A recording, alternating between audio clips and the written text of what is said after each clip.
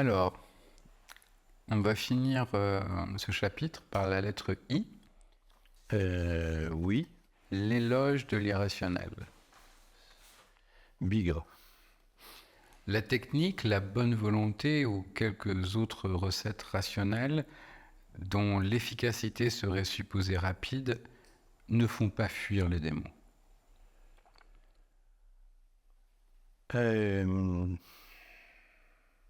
Il faut pourtant de la bonne volonté. Se dire je sais qui vous êtes, c'est quand même une recette rationnelle. Par contre, c'est à la fois une recette rationnelle et puis une incantation magique. Par contre, il ne faut pas attendre des résultats immédiats. C'est en réitérant que l'on fait reculer les démons, en réitérant les exercices. Voilà.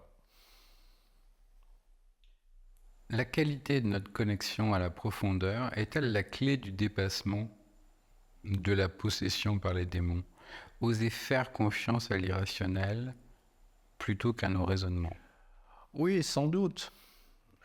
Que reste-t-il de nos prétentions en temps de confusion extrême? Comment survivre sans désespérer? Poursuivre son travail analytique est indispensable. Travail de purification. L'analyse, c'est aussi une purification.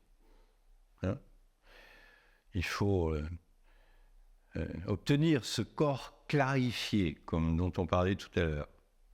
Mais il y a des moments où le travail est contrarié par le désordre, le déferlement d'énergie trop puissante, le dégoût fréquent de l'analyse de dégoût, parce que les conditions extérieures sont difficiles, ou pour d'autres raisons. Parce que c'est trop lent, on dit que c'est trop lent, on aimerait que ça aille plus vite. Ou bien on ne se rend pas compte toujours qu'en analyse, on vient travailler non pas seulement sa propre histoire, mais celle de toute une lignée. On vient travailler non pas seulement sa névrose, mais la névrose d'une époque, d'une société, d'une culture. Et ça prend un certain temps. Parce que ça nous laisse, c'est engrammé profondément. Mais si ceux qui sont destinés à le faire ne le font pas, le sel ne s'arrêtera plus. Mais déjà, la première chose à faire, c'est réaliser qu'on est possédé. Ça, c'est la première chose à faire. Réaliser qu'on est possédé, c'est-à-dire se mettre à distance de nos affects, surtout les plus puissants. Et encore une fois, dès que ça devient trop fort, il faut commencer à se méfier et à se dire « oulala, je me mets en recul, je ne me laisse pas avaler ». Il y a aussi la prière, l'incantation, les talismans. Est-ce que cela consiste à vivre de manière plus authentique une certaine foi ou la foi chrétienne? Oui, si on se sent chrétien, oui. Mais toutes ces pratiques définissent une attitude religieuse qui n'appartient pas à une seule confession.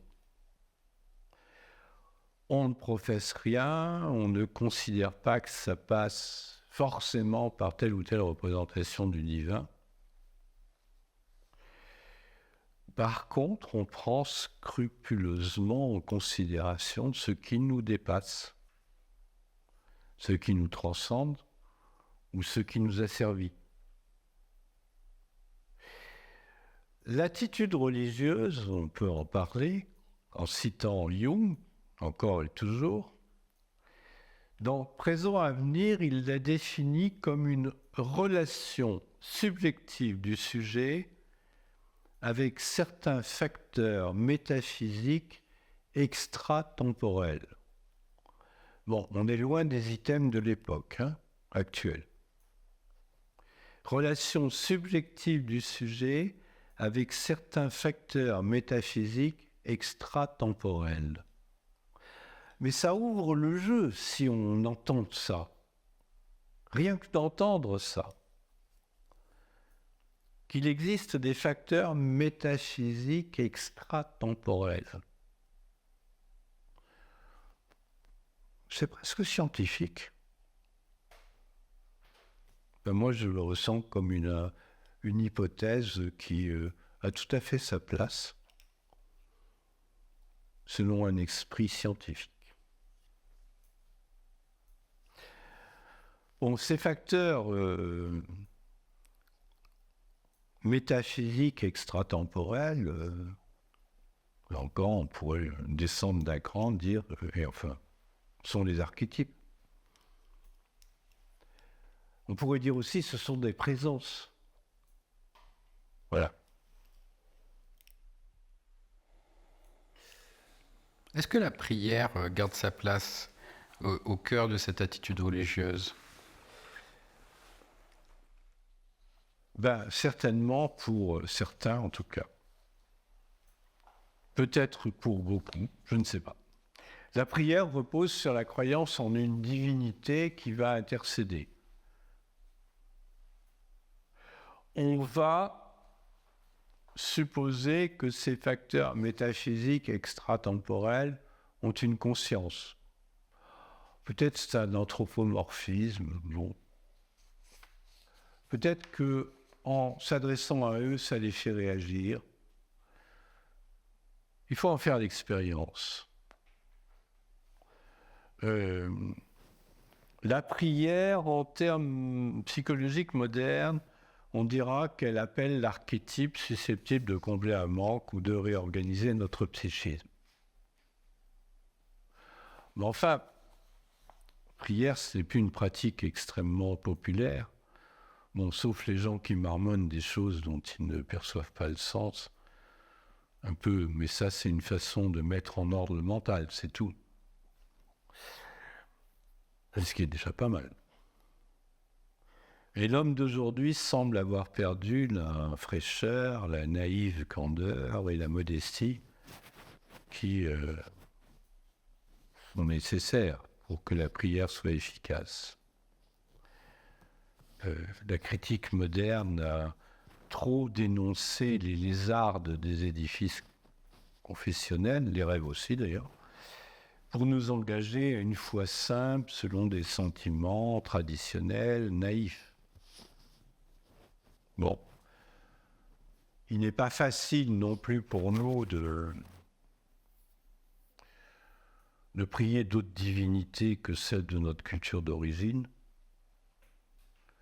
Ça ne fonctionne pas très bien non plus. Mais enfin, pourquoi pas nous relier au Dieu du paganisme antique et à la sagesse des peuples premiers. Moi, je laisse tout ouvert. Faites votre expérience.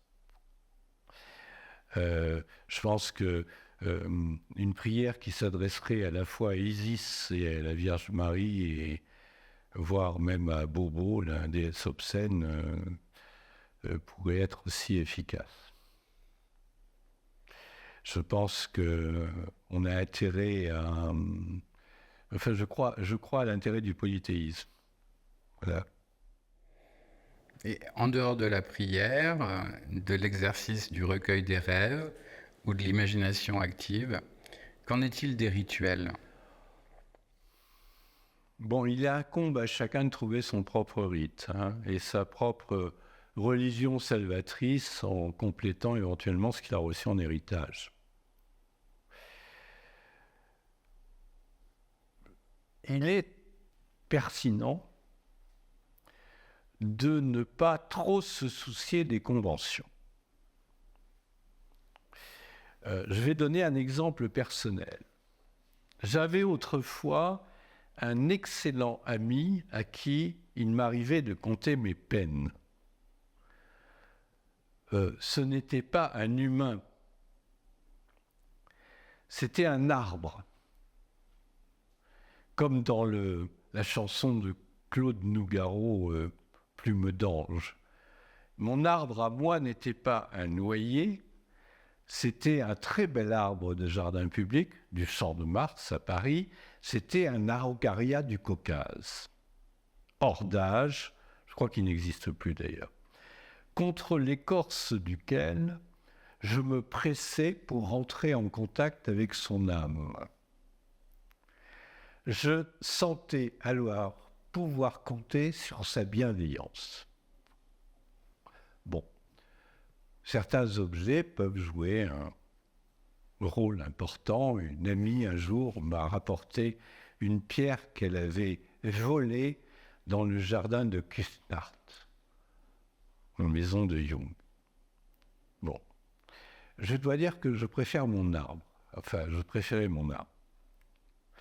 Alors, ce que je raconte heurtera ceux qui considèrent que la vénération des reliques ou la relation animique correspond à un état d'arriération mentale, mais ça m'est tout à fait égal. Si ça marche, ça m'est tout à fait égal. Il vaut mieux ça que d'être ravagé par la colère ou le désespoir qui naissent d'une réflexion strictement logique. Bon, ce genre de pratique ne marche pas à tous les coups et il n'est pas question de m'imiter. Chacun son rite. Les modes de révélation sont singuliers. C'est à chacun de découvrir son propre chemin de mystère. Voilà.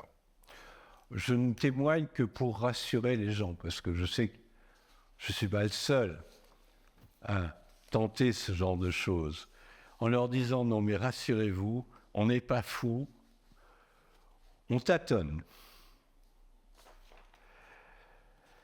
J'ajoute que, en ce qui me concerne, je n'ai jamais réussi à cultiver sans résistance certains modes incantatoires, en dépit de l'assurance que certains amis m'ont donné de leur efficacité, des gens en qui je place ma confiance.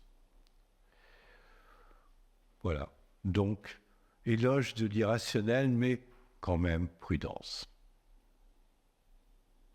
Pour en revenir au christianisme, je ne suis pas sûr qu'il ait insisté sur l'intérêt de considérer tous les témoignages de l'autonomie de l'inconscient. Il les a réservés à une élite capable de discernement. À raison peut-être.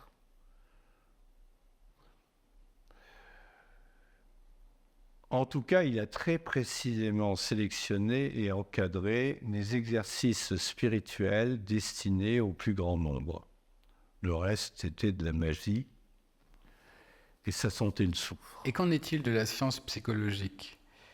Ne faut-il pas considérer autant les dangers que les vertus de l'irrationnel ? Ah si, la psychopathologie fait ça très bien d'ailleurs. Mais on ne peut pas dire que la science psychologique ait réservé le meilleur sort à ce qu'elle a pris pour des égarements et des illuminations, et qui peuvent être des expériences tout à fait respectables. Si l'on suit Jung, il faut un peu plus d'audace. Il faut un peu plus d'audace. Il commence par nous dire, dans la mesure où le christianisme de ce temps est privé de folie, il est privé de vie divine, on pourrait dire ça aussi de la science psychologique. Mais c'est une folie fonctionnelle, si je puis dire. Parce que quand il nous dit c'est indubitable, quand tu entres dans le monde de l'âme, tu es comme fou, là, il commençait à se méfier.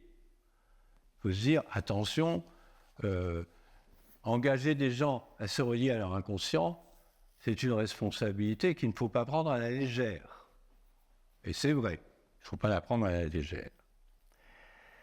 Mais il n'est pas plus sage de se laisser enfermer dans les catégories de la rationalité médicale. Donc on navigue entre Charybde et Scylla. Bon. Et il peut être sage de se laisser conduire, inspirer, influencer par l'âme, et notamment en se raccordant à ces manifestations oniriques, il peut être sage de tomber dans cet abîme de perdition. Jung nous dit « Libérez-vous du jugement et attendez les fruits ». Donc il peut être sage d'endurer le chaos pendant un certain temps. Si on le fait sans perdre sa conscience, si on le fait sans considérer justement que c'est complètement pathologique ou que ça ne sert à rien. Il y a un temps de destruction et il y a un temps de reformulation. Il y a des rêves qui nous mettent vraiment en difficulté, qui nous désarçonnent, qui nous jugent, qui nous envoient dans des directions dangereuses, qui éteignent notre intelligence. Et puis, on patiente et on se rend compte que après avoir été mis dans l'athanor, après avoir été mis dans le chaudron avec les gens tout autour qui nous cuisinent, quelque chose se produit et d'autres rêves viennent qui indiquent qu'un ordre est en train de se créer. Bon, ça nous fait passer par toutes les couleurs des affects, ça nous fait passer par tous les sentiments d'impuissance, de mésestime de soi, de tout ce qu'on veut, mais c'est nécessaire pendant un temps. Et, comme disait l'autre, le Saint-Esprit ne ménage pas ses effets. On se fait cuisiner. On se fait cuisiner. C'est une folie, on se fait découper en rondelles. D'ailleurs, parfois, dans les rêves, il y a ça. On est découpé en rondelles par l'inconscient. C'est une folie. Mais peut-être que, comme le dit Jung, cette folie correspond à la puissance énergétique de la folie divine, qui n'est rien d'autre que la victoire de l'esprit des profondeurs sur l'esprit de ce temps. Alors, il faut quand même distinguer la folie divine de la folie morbide. Une forme de folie morbide, c'est de rester prisonnier des limites de l'esprit de ce temps. Une autre forme de folie morbide, c'est de se confondre avec les images qui nous traversent.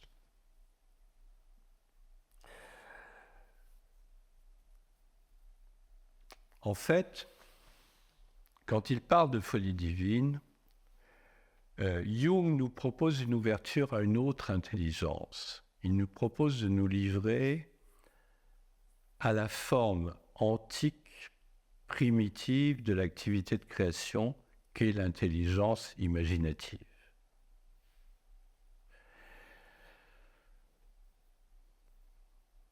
Il sera en tout cas nécessaire de vaincre nos préventions, car le langage de l'âme et de la nature est irrationnel, qu'il est baroque,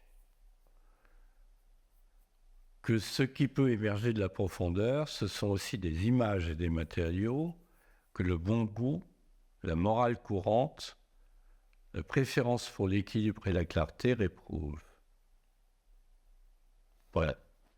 Il y a donc les démons qui obscurcissent notre rationalité pour nous perdre et ceux qui la brouillent pour nous donner accès à un savoir. Oui, c'est à peu près ça, et parfois ce sont les mêmes. N'oublions pas que l'inconscient est un pharmacone, c'est-à-dire un poison et un remède. Ce n'est pas une pesanteur gravide et chaotique seulement. C'est aussi une source. Et il faut bien le dire,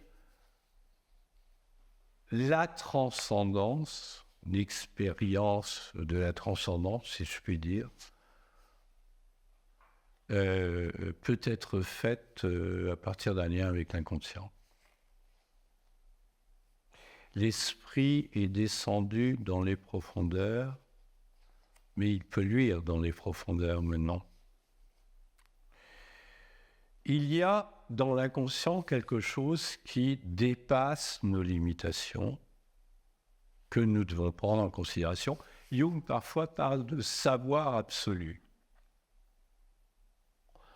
Cela dit, pour qu'il y ait de la transcendance, il faut qu'il y ait quelque chose qui puisse être transcendé, c'est-à-dire qu'un point de vue relativement solide, une conscience qui tient debout. Éloge de l'irrationnel, attitude religieuse, certes, mais à partir d'une conscience ferme. Voilà.